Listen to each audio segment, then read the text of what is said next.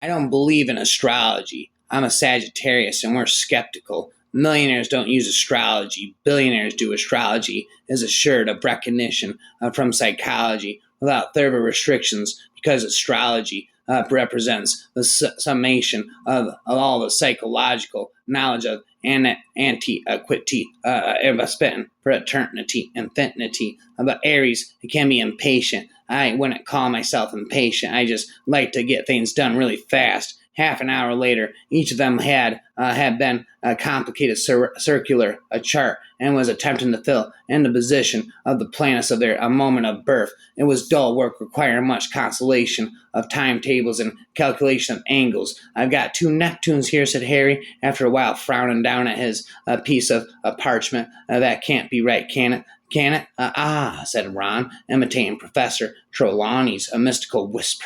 When two Neptunes appear in the sky, it is a sure sign that a midget in glasses is being born, Harry. You are born into a star sign. You don't actually become one or stay one for very long. On the other hand, on the one hand, you have a wonderfully caring, magnetic personality that draw people in close. On the other hand, you come across as a standoffish, even a reclusive. While both personalities are in fact who you are at any moment, at any one moment, which side you show to. The world depends on who you are with and the circumstances you are in. I've got two Neptunes here, said Harry, spending forever eternity. You possess a unique innate ability to see most aspects of most situations all at once. It's easier for me to make sense of it that way than it is for me to face the other way reality, and yet those evil spirits that were unleashed, be they fake and entities from a stupid carnival ride or a cruel malevolencies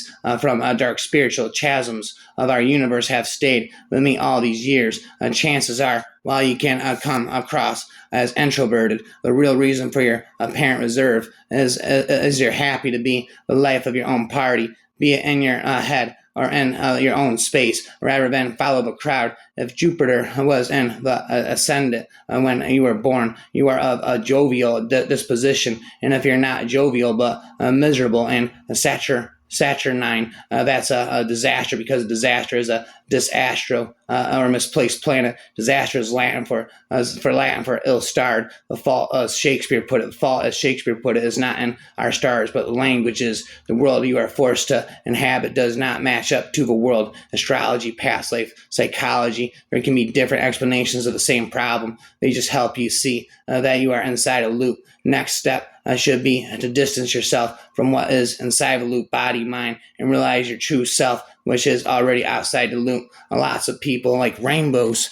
Children make wishes on them. Artists paint them. Dreamers chase them. But the Aquarian is ahead of everybody. Aquarian is ahead of everybody. He lives on one. And what's more, he's taken it apart and examined it piece by piece, color by color, and he still believes in it. It isn't easy to believe in something after you know what it's really like, but the Aquarian is essentially a realist, even though his address is tomorrow with a wild blue yonder zip code. The good news is that she is one of the nicest people in the universe. The bad news is that's because she always does exactly what she pleases. And Aquarius, a female, is rebellious, headstrong, and contrary, she can be selfishly independent and exasperating, especially when she is running through the house screaming freedom, as she felt the cold blast from the sterile air conditioner on her bare arms and thighs as she ambled down the center of the shopping complex's ground floor. The scene was a swirl of candy, bright lights, the Victoria's Secret signboards which lured one to purchase confidence or sexual appeal or whatever it was that was being advertised. The fluorescent lights in each store contrasted with the shiny black tiled walls and eye-catching speckled marble tiles on the ground. One could lick the floor. The tiles were spotless clean, like the fake air she was breathing in, like the atoms and cells in her that were decaying and stale neglect. Attempts to locate oneself within history are as natural, spent, razzle-dazzle. There are powerful rays from the planet Mars, the war god, and your horoscope for your coming year. And this always means a chance to battle if you want to take it up. Try to avoid such disturbances where women, relatives, or friends are concerned, because the outlook for victory upon your part in such circumstances is rather dark. If you must fight, pick a man, the black maddening firmament, that vast cosmic ocean, endlessly deep in every direction, both heaven and pandemonium, at once mystical zodiac, speckled flesh of Tiamat. All that is chaos, infinite and eternal, and yet is somehow the bringing into order of this chaos, which perhaps has always disturbed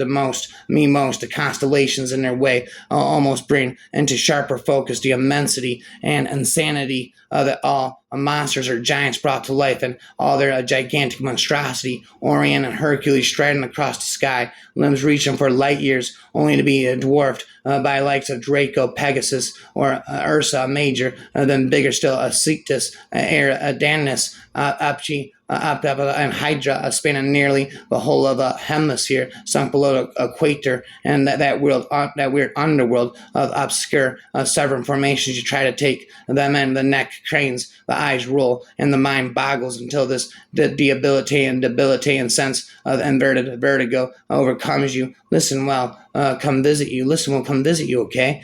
Dressed up as William Shakespeare and Lucy and Emily Dickinson and Beautiful Ray, as someone dashing and manly like Jules Verne or Ernest Hemingway, and we'll write on your white room walls. We'll write you out of your supposed insanity. I love you, Mickey F.E.S. Spin, razzle dazzle, purple snapple, shizzle my nizzle.